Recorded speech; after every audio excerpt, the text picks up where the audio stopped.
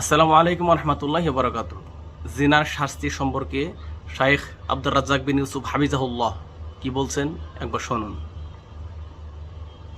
বিবাহ করার পরে যে জেনা করেছে তাকে বাঁচানোর পৃথিবীতে কোনো পথ নেই, পৃথিবীতে কোনো পথই নেই। বিবাহ করার পরে যদি কেউ জেনায় লিপ্ত হয় আর তাকে যদি বাঁচাতে হয় তাহলে মুহাম্মদ সাল্লাল্লাহু আলাইহি সাল্লামকে আবার দুনিয়াতে আসতে হবে।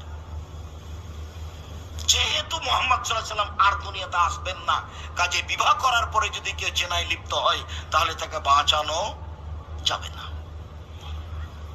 বিচার হলো না, আল্লাহর কাছে ক্ষমা চাচ্ছে, ক্ষমা হতে পারে, এ তো আল্লাহর সাথে জড়িত পাপ, ক্ষমা হবে ইনশাল্লাহ। তবে আপনার পাপের অবস্থা হলো এই, জেনার পাপ মহাপাপ, জেনার শাস্তি মহা শাস্তি।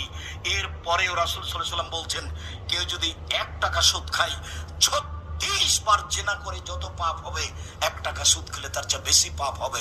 আমি অনুবাদক, মুহাম্মদ সাল্লাল্লাহু আলাইহি সাল্লাম এই কথা আজ থেকে নিয়ে 1450 বছর পূর্বে বলেছেন। বিচার কি দিয়ে করবেন? এসব বাক্য তো